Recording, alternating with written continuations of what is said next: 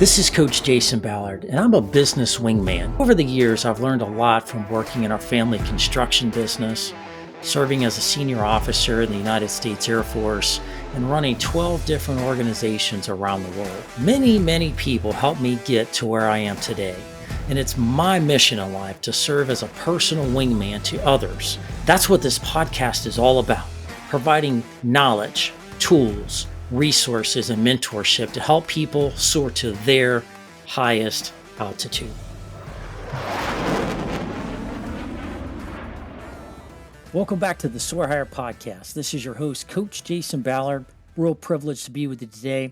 Today, we've got a really cool, neat, something, a topic you don't really think about on a regular basis, don't really talk about at the water cooler every day, but it is super cool. But more importantly, it's powerful. It can really make or break your career in your business because it deals with people and how to connect with people. Today, we're talking about how to truly connect with people through the art of storytelling, how this can improve your business or your career and help you be more successful.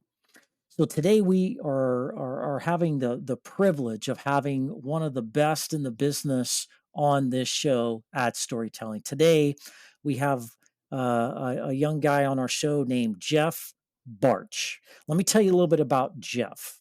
Jeff is a visionary storyteller and marketing strategist who founded Greenlight. He has over 20 years of experience in the entertainment industry in Hollywood. He's worked with some of the largest media outlets in the world, such as ABC, NBC, Universal, Disney, Apple, just to name a few. Through Greenlight, Jeff empowers experts and professional advisors to tell their stories, expand their impact, and serve more clients. In his book, Edit Better, Hollywood Tested Strategies for Powerful Video Editing, along with the commentary he's been able to provide to the entertainment industry in major publications like Time Magazine, USA Today, Jeff's expertise and commitment is to the human connection. Jeff, welcome to the show, my friend. Awesome. Super stoked to be here, man. Looking forward to this. Me too. Storytelling is I'm gonna say it's a long lost art because I don't think it's lost, but it's something you don't talk about every day. It's something that's just not as common, but it's there because we talk to our families, our friends, and we do tell stories. Well, hey, honey, how was your day? Well, it all started, with this, and then this happened, and then that happened. They're telling you a story about their day, but we don't really think about how powerful that is and how to really use that. And so we're really excited to have you on the show to educate us and how this can be a game changer for us. So, Jeff, tell us a bit about you and your background, how you even got started in all of this. Sure. Well, when people look me up online, most of the time people will see, oh, well, Jeff, you're the TV guy, you're the Hollywood guy. You spent 20 years working in Hollywood for all these folks. And so that's where you learned about storytelling. And actually, that is true. I did learn a lot about that there. But the truth of the matter is, the time when I really began to learn the power of what's behind all this, it started way earlier than that, because it started when I started taking piano lessons as a kid. I actually started taking classical piano training at the age of 4. And for the next 20 years, I was known as Jeff the Piano Guy. And I will say, when I was in elementary school, I thought I was pretty hot stuff because everyone told me so. I mean, they said, Jeff, oh, you're amazing. You're incredible. And I was all about Bach and Mozart. And for people who are familiar with classical music, Bach and Mozart are super technical. You can play the notes on the page and you can get pretty close to what the composer intended. And everyone says, oh, Jeff, you're amazing. So I thought I was all that because I knew how to play the notes on the page. Now, I did get a lot of practice playing on Sunday mornings. I put in a lot of reps on Sunday mornings playing at church. And there was one day, one of the older church musicians came up to me and she said, Jeff, it's all well and good to play the notes on the page, but when you get older, you have to learn how to play from your soul. And I was about 10 or 11 years old at this point, and I thought that that had to be the stupidest thing that I'd ever heard in my life. I mean, because I was doing the best I could. I was playing the notes on the page, and everyone said I was doing great. So I ignored her until, as years went on, I discovered that she was right. And the way I discovered this was when people started changing the way they started responding to me as I started learning more about how to actually bring the message of the song that I was playing to life. They, instead of saying, "Oh, Jeff, you're an amazing piano player," they would say, that the way that you picked that song, that was the perfect song to play today. Thank you for playing that. And every once in a while, they'd say, "You made me think about that, the meaning behind the words of that song in a completely different way." And just every once in a while, someone would say, "Jeff, the way you played that song today brought me into an encounter with God. Thank you, thank you, thank you." Wow. And I realized there's something far bigger than just me playing the notes on the page here. And there's something much bigger than just what I was doing. And what that lady had been telling me all those years ago was, it's okay to do the best that we're all doing the best that we can, playing the notes on the page. We're doing the best that we can. So much of the time we don't realize that there is a whole other level to all this where you truly take a message and you bring it to life. And that's what I've been doing ever since in Hollywood, and in my client consulting work and my coaching and everything that I've done ever since. It's about taking that message and elevating the ordinary to the truly extraordinary in a way that creates human connection. Wow. So what changed? Like what did you do differently? You were technically playing the notes. I think of like America's Got Talent. There are a lot Yeah. of people that go on that show and they can technically sing. They have a nice voice.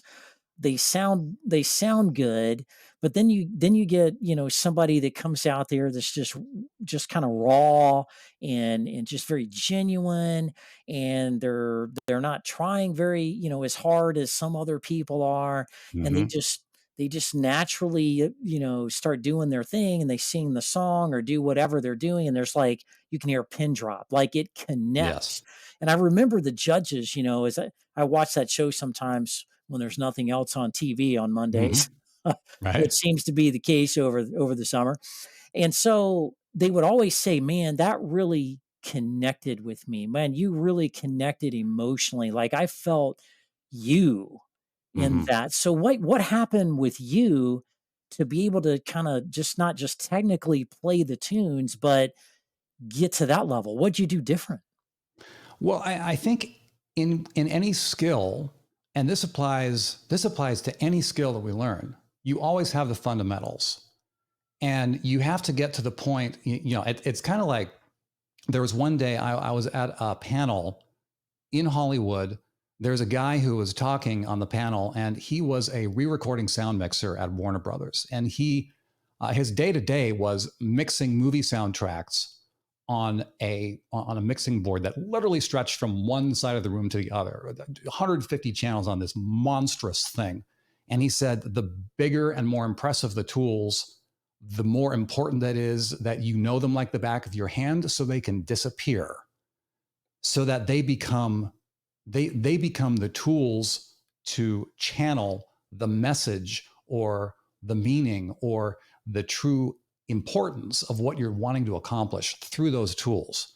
And so that was really what I was learning in the piano. I mean, you had to get all the stuff under your fingers, but then you start saying, okay, what is the message here? What is the emotion? What are the physical things that you do to communicate emotion? And it's connecting the skills to the purpose. And that's the kind of thing that we can all do when it comes to the idea of communicating in a story driven format. We can take the nuts and bolts of how that works, and you can actually accomplish your purpose of developing a relationship with a prospect, with a client, moving someone closer to saying yes, making a sale happen, or truly engaging with the heart and mind of one of your team members or one of your employees so that they understand what you want, or they understand why your company exists in the first place. I mean, that's when the stuff truly becomes far more powerful than just talking over the water cooler and just saying, "Hey, here's what happened last night." A lot of passion there, your purpose, your why, Mhm. and being open about that, just putting yourself out there, in a very genuine manner. I mean, that I'm hearing those things come to the forefront here for sure. Now, I have to ask before we move on. I want to dig into this even more, but I've got to ask. You were in Hollywood for a while. So did you meet any Mhm. famous people, do any really cool, crazy things, stunts, or any top of mind stories, so to speak, from your time in Hollywood? There was some well, first of all, the bulk of my projects that I worked on in Hollywood were in the world known as post production. So it's where everything had already been shot. And so we're taking the stuff, I'm part of the teams that take what's already been shot and we shape it into the finished product. So we do the editing process. And so because of that, I was not all that often on stage, although there were times back in the day when Britney Spears was still at the top of her Yeah. popularity. Um, I remember cutting a piece that was going to introduce her for the show. That they roll the piece and then they say, "Ladies and gentlemen, welcome Britney Spears," and the crowd goes nuts. And she walks out, and there's this gal. I mean, she's known by millions and millions of people around the world, and she walks right down the hallway out onto the stage, and it's kind of crazy. So every once in a while you get that. I mean, you end up worked on a show with Dwayne Johnson, so you're staring at this footage of The Rock, and you're going, "Dang, this the dude is massive." And he's quite the guy just in general. So Yeah. yeah, it really is cool in terms of there is a lot of cool elements to all of it. But I will say the stuff that really, really has resonated with me in terms of my time there has been some of the projects that you get to there's a genuine purpose behind it. And there's a show called American Ninja Warrior. It airs on NBC. And if you're not familiar, if people aren't familiar with the show, it's this massive, absolutely massive obstacle course. And the idea is that people try to get through this obstacle course and see how they can go and complete the whole thing. But the cool thing that I get to do, and I've been able to do for a very long time, is I get to tell the stories of the people who step foot on the course Mm. before they do it. Because when you know someone's story, you are ready to pay attention to what happens next. This is true in TV. This is true in business. This is true in life. This is true in human interaction. And you name it. You know someone's story. You know something about them. You feel a connection to them. And all of a sudden, when you see this athlete stepping onto the obstacle course, and you know the obstacles that they have overcome in their life, and now that they're setting their face towards overcoming physical obstacles. Every time that they get through one of those physical obstacles, it tells anyone who's watching that show that no matter the obstacles in your life, just in the same way that this athlete, this normal person, is getting over this physical obstacle, you, the viewer, can overcome the obstacles in your life. You can do it. You can do it. You can do it. And that is one of the huge reasons why that show has lasted such a long time. And it Yep. is such an incredibly powerful, it's a powerful thing. And it's such an honor to be part of that. Wow, that's a really cool show. I'm a big fan of it. Been watching it for years, and just the athleticism. I mean, you're taking people from all walks of life, putting them on this show, and going through. And some of the, being an obstacle course. There's a lot of strength and stuff involved, and maneuvering through the course. And you think some of the people that are, buff and big muscles, they do. It's always the ones that don't look like they're very strong that actually do the best. And it's interesting the people with the better, well, I say better, but the the most interesting backstories Hmm. are more purpose driven and usually go farther as well. I don't know if anybody else has noticed that with the show. That's something that stands out to me.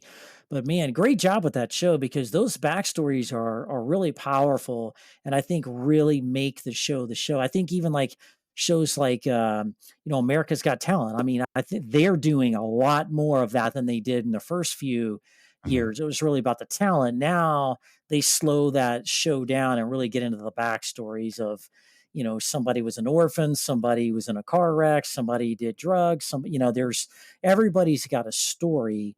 And when they can tell it and connect those emotions with the watcher, the listeners or the viewers, man, you're right. There's a couple of folks. There's a guy, I forgot the guy's name, but he's the cowboy guy Lance on. Pecos. Yes, Yeah. American Ninja Warrior, and he, lives on a ranch or a farm, and I think his wife had some kind of disease or something. She was Multiple kinda. sclerosis. Yeah, it was just and I mean, he took that situation and just transformed that into such a positive way, and she was on the show a few times, and it was amazing. I mean, you did a Mhm. great job with that, man. That was amazing. Yeah.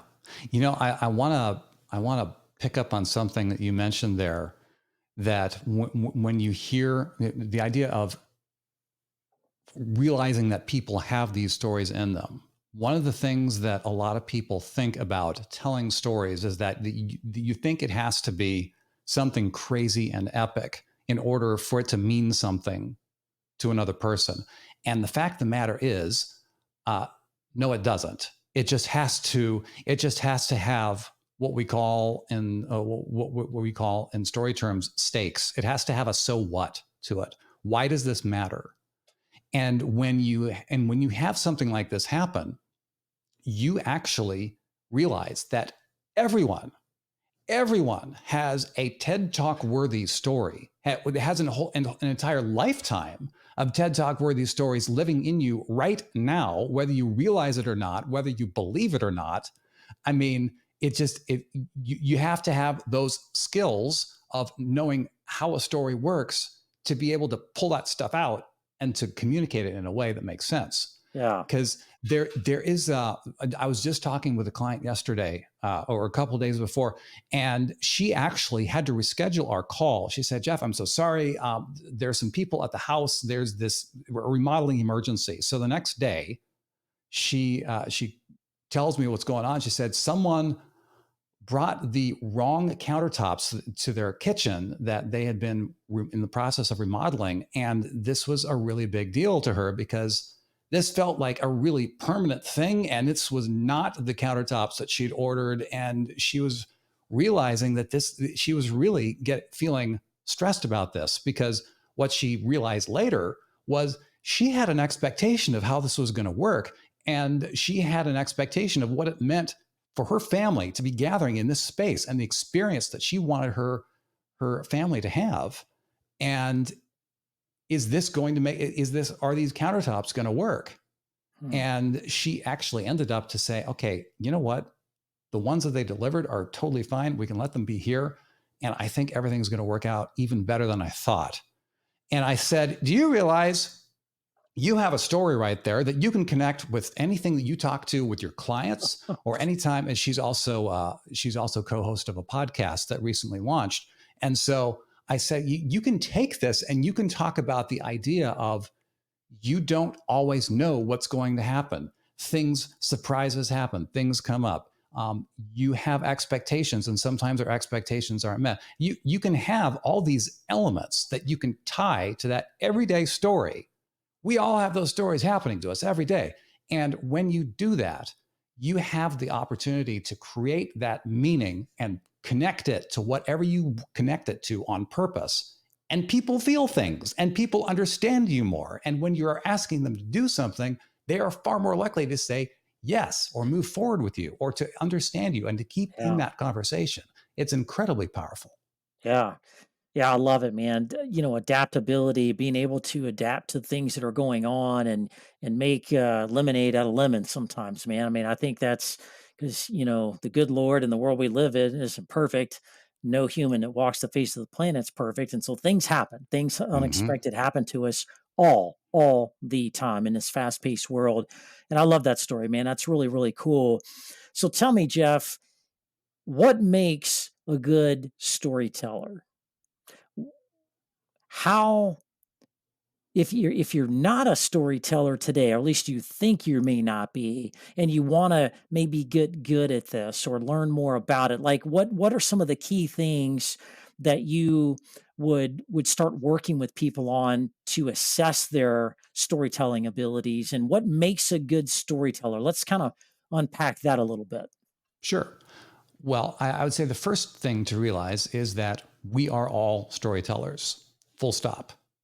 Even if you don't think so, we all have the potential to be stellar, memorable, life changing storytellers if we develop the skills. And the good news is, skills are not some crazy magical thing. That's not some magical it factor that you either have it or you don't. Skills can be learned. So that's ground zero right there. The next thing is to say, okay, well, how does one become a good storyteller? Well, you need to understand the forces that drive any story. And here's the cool thing: Hollywood loves to make things complicated. And the reason for that is Hollywood, in the classical sense, wants to keep your attention for long stretches of time, for a half-hour TV show, an hour long, or a 2-hour movie series, or an 8-episode bingeable series on Netflix that you cannot stop watching, that kind of a thing. So to do that, to keep people's attention, you have to have lots of moving parts. The good news for us in human interaction, and especially in business, we don't have to go long form. 9 out of 10 times we're going short form. So the good news is you just get to keep things super, super simple. And so the starting point is to say, okay, what is an actual story? Because a lot of people say, I did this and this and this, and this happened and this happened and this happened. And everyone says, oh, cool story. And you're going, well, no, that's not, it doesn't really, it just felt like a laundry list of facts. And it's not truly a story because it doesn't take advantage of what a story is. So the definition of what I talk to my clients about what a story is, it's where a character wants something, overcomes obstacles to get it, and experiences transformation as a result. So when you take those ideas, you can condense them down even further to just a few words. You say character, obstacles, transformation. And if you had to, if someone said, okay, what's the simplest way that you can describe a story? The two words would be show change. I was this, now I'm this. I used to think this, now I think that. And the reason for that is when you have these powers, these narrative forces of, and some people would call them agreement, conflict, and transformation, or things along that line. I mean, it's super, super fundamental things. When you say, this is what I want, and this is what's keeping me from getting it, you say, you all of a sudden, you have a character with an obstacle. Welcome to daily life. Welcome to our human existence. We are all characters. We all have obstacles. And all of a sudden, you are able to start identifying with someone. I mean, you are someone who ordered countertops and they delivered the wrong ones. Uh-oh, now what are we going to do? It's something as simple as that. And so when you take this definition of a story and you say, who is the character? What do they want? What's keeping them from getting it? And then what's the transformation? What's the change that you want to see happen? Not only did you just describe the kernel, the superstructure of any story ever told, you just also described the process of every sales or business transaction ever done. It's the same thing. It's the whole story. It's all the same thing. You have a customer who has you have a customer or a client who has a desire. I have a business. I want to expand my business. I want to go into a different line of business. This product isn't working.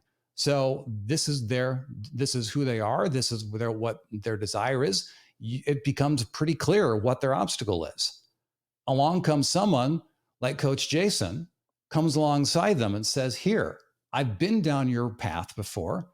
Let me guide you in a way that helps you get where you want to go. And all of a sudden, that client gets what they want. They experience the transformation that they want. That is the story. I mean, it's everywhere. It happens all the time. So when we start realizing this, we can start taking these elements and you can start applying them to all sorts of places. Wow. You know, we're in football season.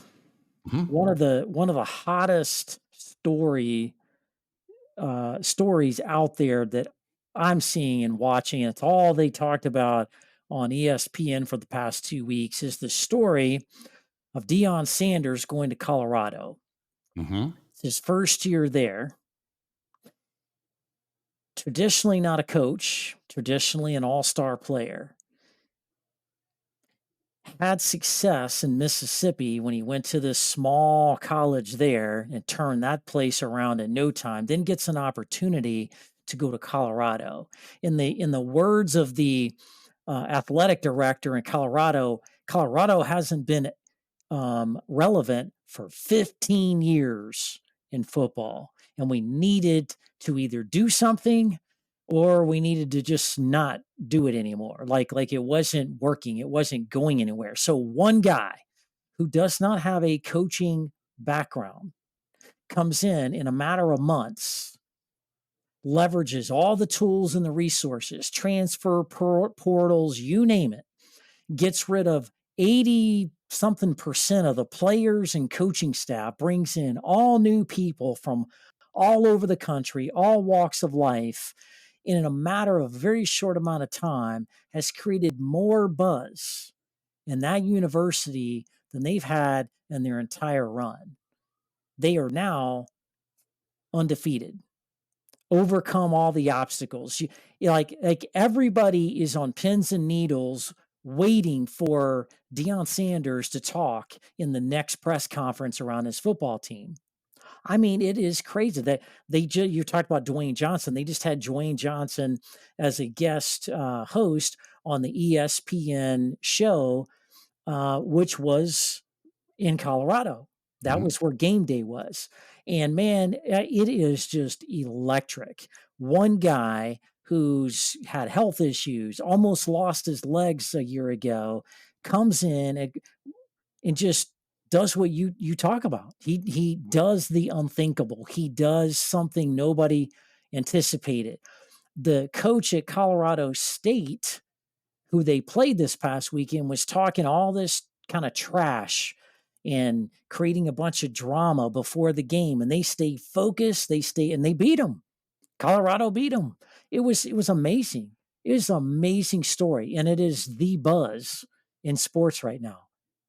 I got to tell you, when you think about the journey of Deion Sanders, and I want to be careful here because I I know very little about football, but having said that, I know about Deion Sanders. I know that he used to be the primetime man. He was Still the is. rock star.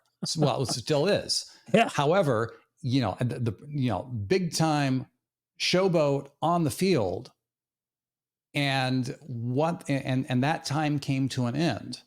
So when you think of what happened to his identity, his character, what did Deion Sanders' character, how did he see himself as being? He saw himself as the star on the field. His star faded. What was he going to do? Well, he has come to the point where he has changed the character that he is being. He said, okay, I'm going to do this, I'm going to do this. And he ended up, I'm coaching. I'm going to be a coach. And I'm going to be, and he said, not only am I going to be a coach, I am the coach who turns things around. He has taken on a different identity. So when you start with one character and one identity, you have an entirely different set of desires and obstacles that you're going after. But when you change who you are being, your entire story changes. I mean, how many people get in the NFL and they have their time in the spotlight, their time ends, and they go off and they have no idea who they are anymore? Sanders has gone on and he said, "This is who I am now. This is what I want. Here are the obstacles that are in my way. Let's go." And look what he's doing.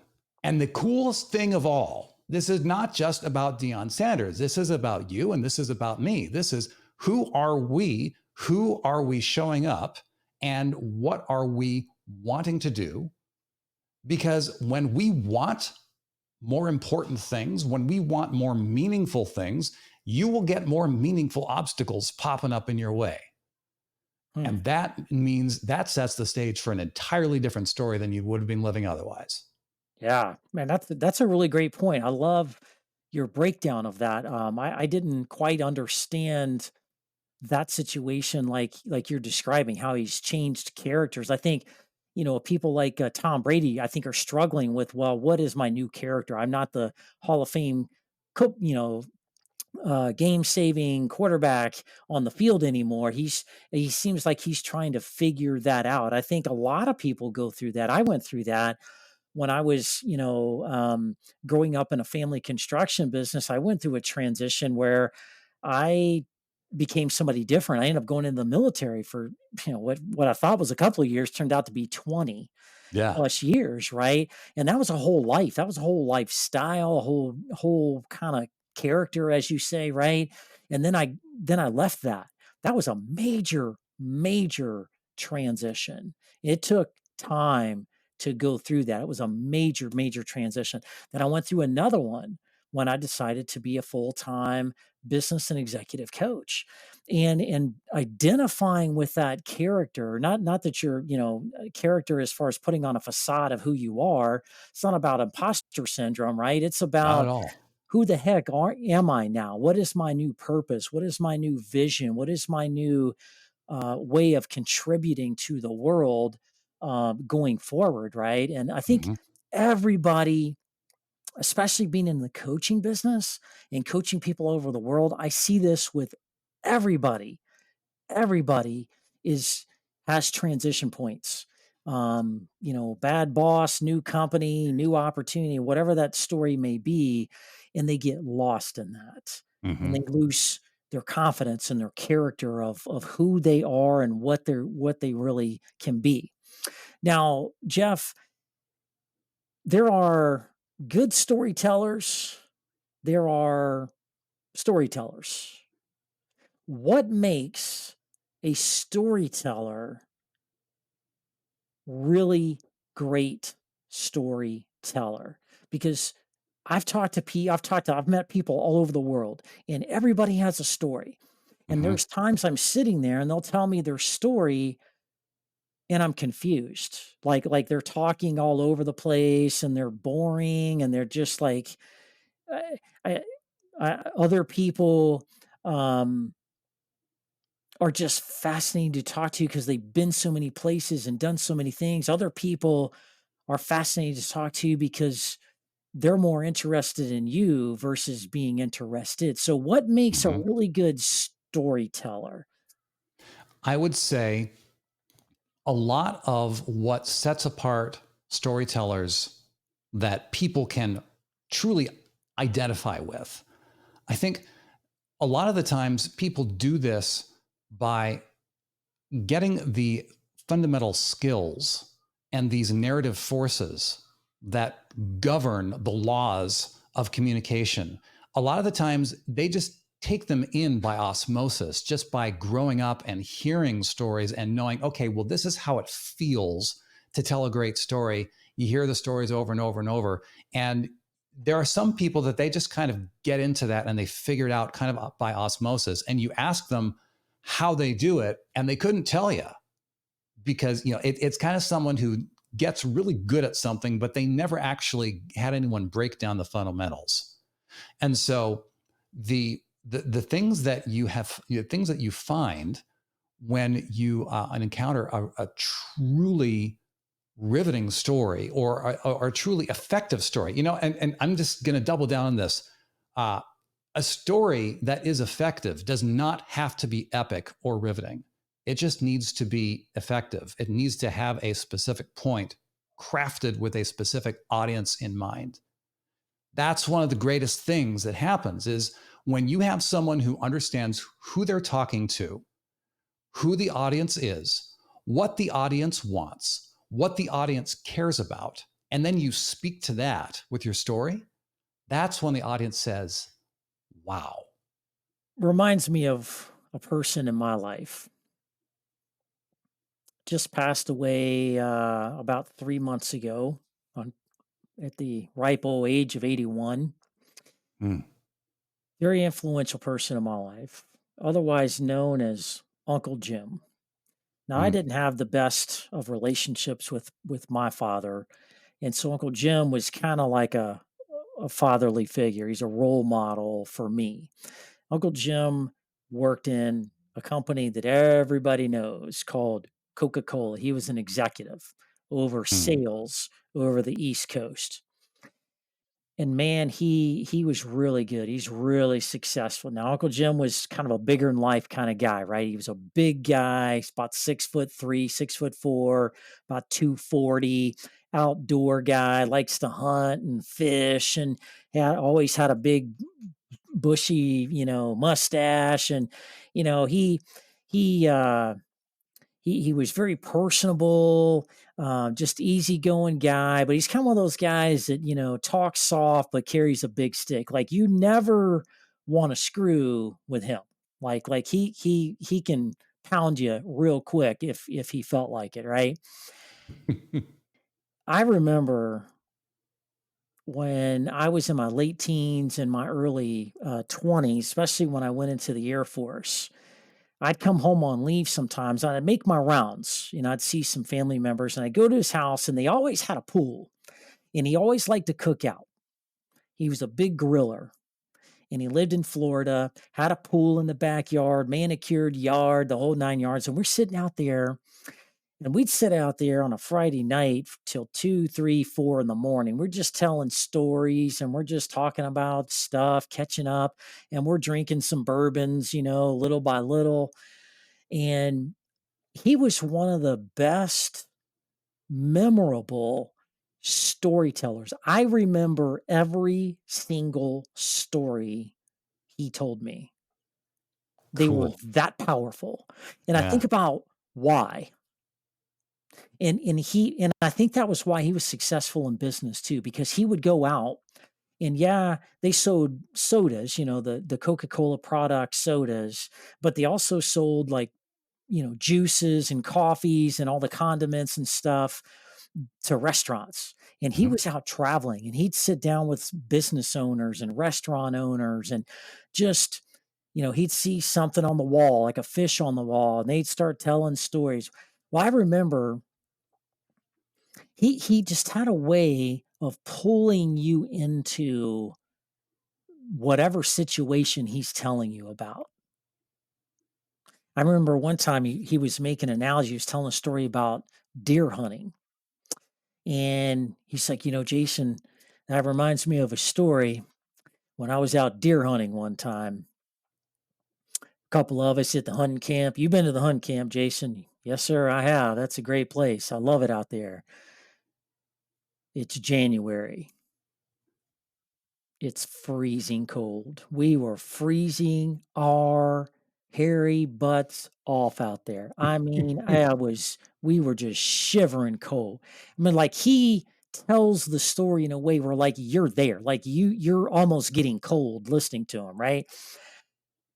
And all out of the thicket, I heard something. It was the biggest buck I have ever seen.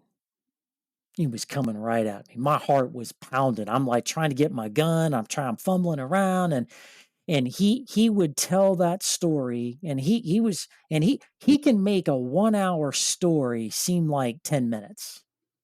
You're just like sucked into it and like it's like you're there. Yeah. And at the end of it, Jeff, you mentioned it. What was why I remember it is it was the way it made me feel, because he made me feel like I was part of his world. Like I was important enough for him to be spending time with and telling this story. And at the end of the story, he'd always relate it back to me. So, Jason, let this be a lesson. You can never give up. You can never get nervous in front of XYZ people. You just stay strong and you stay confident, like I did the deer stand that day, and you'll bring home that trophy deer. And by God, that's a 12-point buck. It's sitting there in his living room on the wall. He's like, and that's how I got lucky, or whatever he calls his deer on the wall. Okay. Amazing. Can we break this down here? Because Please do. this is awesome. Okay. So first of all, one of the biggest things that can suck people into a story is telling details. Now, please hear me on this. You need to be careful about how many details, because you don't want to just put in every single specific detail that doesn't really matter. But the point is, when you have a story that you want to tell someone, you typically want to build it around one moment. So it was the moment that he was confronted, that Uncle Jim was confronted with this massive buck coming towards him. So he had set the stage. Here's what things were before the moment. So you have the idea of the time frame. You have before, then you have this twist, you have this moment, and then you have what happens after. Before, twist, after. You have the details. It was January. It was freezing cold. It was, we're standing there shivering. And then not only do you have specific details, you have one specific character. You have Uncle Jim, and he's in this moment. You also have human emotion attached to this. You talk about, he sees this buck coming towards him and he is scared. Now, just talking about that right there, you have a scenario, you have one moment, you have one character in one scenario, you have details, and you have and you know how that character feels. Anytime you have those moments going on, your audience is instantly going to start, their brain is instantly going to say, okay, well, I've never been in a deer stand in January and had a 12-point buck run up at me, but here's what has happened that's kind of like that, because I know there was a time when I was scared before, and all this stuff, our brains going a million miles an hour. This is how our brains start getting engaged when we get this very specific things like this. Specific character, specific details, one moment, and how you feel about it. Then you have the moment. What happens in that moment? Well, presumably Uncle Jim ended up taking control of his emotions, and and I'm guessing that he steadied his rifle, squeezed off a shot, and maybe it was on the mark. Maybe he just kind of grazed it. Maybe he ended up going the rest of the day and tracking it and finally got it. But clearly the deer is here. And then you have what happened afterwards. And you have how he felt about it afterwards. And the genius of this is he was telling this story not just to say, here's how amazing I am. He's telling this, here's how amazing you are. Here's how amazing you can be.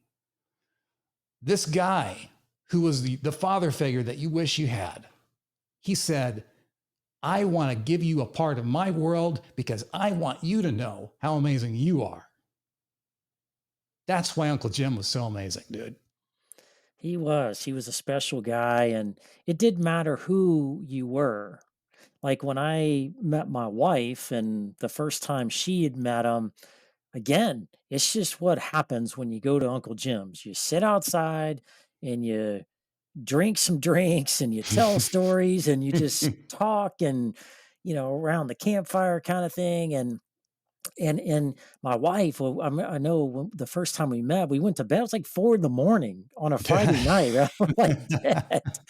And In we're there. laying in bed for a few minutes, and she's like, I don't know what it is about him, but he's just like magnetic. Like Mhm. I could have listened and talked to him for another 24 hours straight and like not even blinked. I mean, it was in other friends, other neighbors around him, like he was just that way. He never met a stranger. We'd go into, some kind of food market or grocery store to get something for the cookout, and there'd be some lady at the register cashier lady, ringing up stuff and like, "Hey, that's a really beautiful shirt there, man, that looks really nice on you," and he just, I mean, people just I just had that it factor, or I don't know, whatever you wanna call it, but man, he was really good.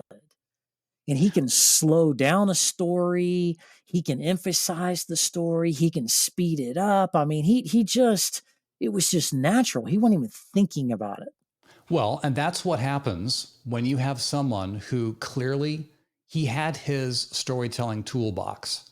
He knew from experience of, okay, when what do we do with the timing of things? What things are important? What things are not important? When do I put in details? When do I not put in details? When you get those fundamental skills in place, then you can just pull them up at a moment's notice and it feels completely natural and people don't see it because it's all just happening in your head. But that's when you have those kind of that storytelling toolkit.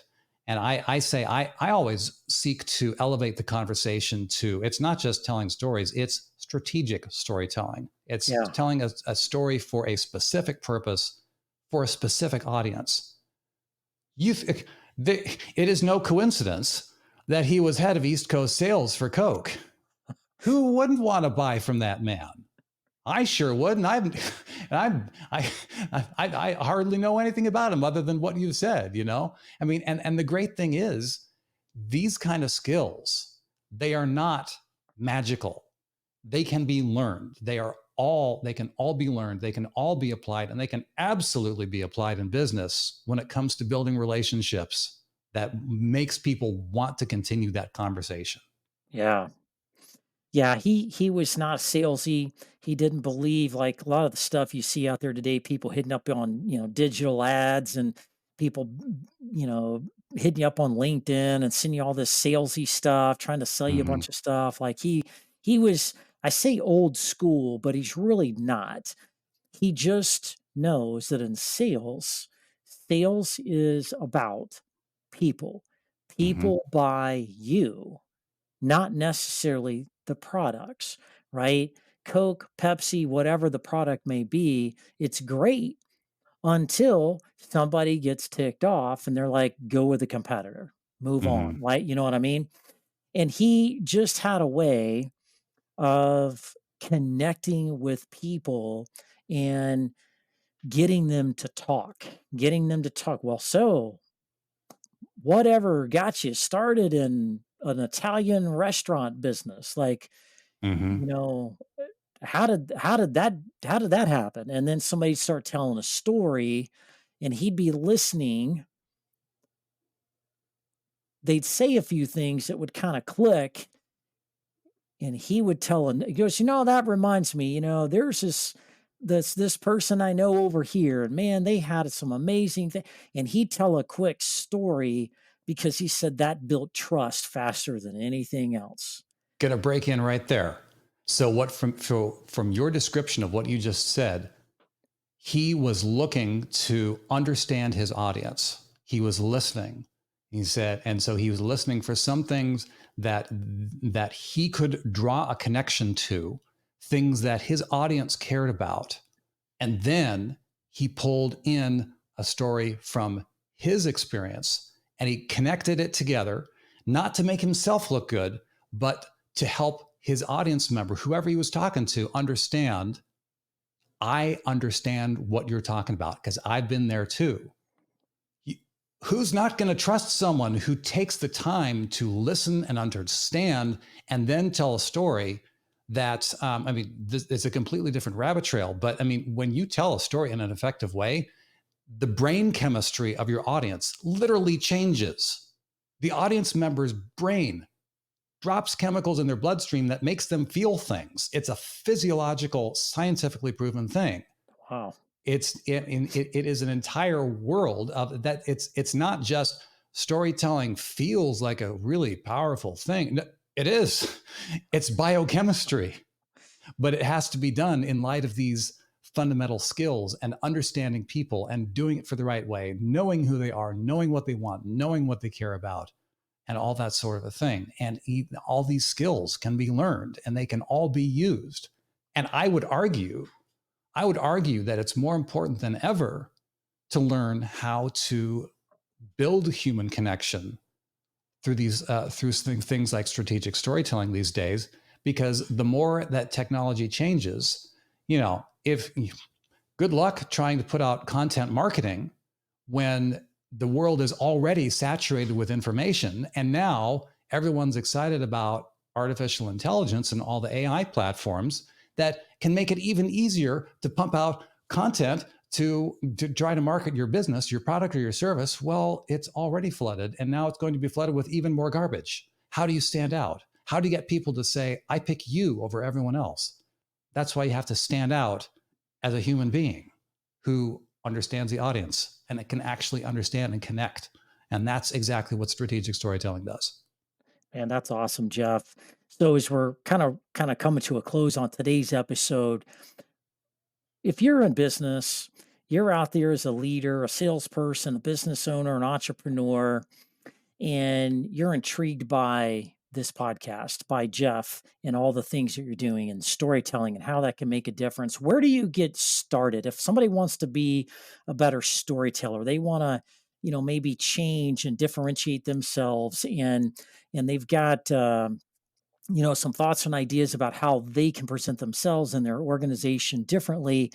How do they get started? What are the first next steps that you'd recommend to them? I would say the first next steps are to, I mean, assuming that, if you're just starting out in business, for instance, then you truly need to focus on who your audience is, what keeps them up at night, and those pain points and how you can actually help them get the results that they're wanting. Not just what does your product or service do? What are the features and benefits of that? What are the features that your product or service does? You want to talk about the benefit that they can get out of that. It's marketing 101 for people who are already well established in business. Now, if you are well established in your business and you're looking to say, okay, my public facing messaging could use some upgrade, I think the number one way to get started is to realize that it's not just about giving information anymore. It used to be that we could give great information in business and people would say, oh, okay, well, that sounds good. Let me learn more. No, clients and prospects, they know how to use Google now. And every kind of information that you want to know is already available to them for free, even the best stuff. So the question then becomes, okay, how do we stand out? How do we engage in that in that more human way? And that's when that's when I would say to people who already have their business up and going, talk to your marketing department, talk to your marketing team and say, okay, how are we looking to put a more human connection? How do we build a more human connection into this? Because as you well know, I mean, marketing and sales are two worlds in and of themselves apart from this, but really all of it, marketing, sales, internal communication, long form TV and film storytelling, it is all the same thing. I'm telling you, it is all the same thing. It is all communication. And when communication is done well, it creates human connection. Human connection then allows business to take place. So that's kind of a longer answer to your question in terms of where do you get started. Yeah, But no, it's good. That was very good. I'll say it this way. Sure. If you're in business, ask yourself, how do we know our message is hitting the way we need it to hit? How do we know what is going well and what isn't going well? How do you know if you're telling a good story? Or are you even telling a story? Are you just putting out blobs of stuff every day just to flood the market like everybody else? How do you know you're telling a good story, the right story, one that's connecting with the right people in the right way? And so I would invite anybody out there listening to this podcast in business, whether you're just starting out, been in business forever, doesn't matter. Stop and assess these things around how well you are connecting to the people you want to be connected to. That's important for driving your business and contributing to the things that your products and services are supposed to be doing to help people solve problems and make a difference. Assess it. How can you assess that? Well, there's many ways to do that. You can hire a business coach like me, or you can go to a guy like Jeff Bartsch and say, hey, take a look at our stuff. How well, on a scale of 1 to 10, how well are we doing at our storytelling? How well received is the message, or is it even being received in the right ways that we're intending it to be? How well are we doing or not doing, and what ways can we improve to include our corporate story, our business story, our why? And more importantly, some of your key customer facing people, your salespeople, marketing people, leaders, customer service people, how are they engaging and how are they dealing with the interactions they have with your awesome customers you work so hard to get? How well is that going and how well are those stories being told? Right there, it goes deeper than just getting a 5-star review from time to time. So I would invite you to get Jeff in your organization to do an assessment and just give you context to how well you may or may not be doing, and give you some pro tips on things you need to be thinking about. Because another, timing issue, here we are at the end of September, we're coming into strategic planning season. This is the time of year, getting into October, that most businesses that are at least in a January to December fiscal year start thinking about how to end this year as well as possible.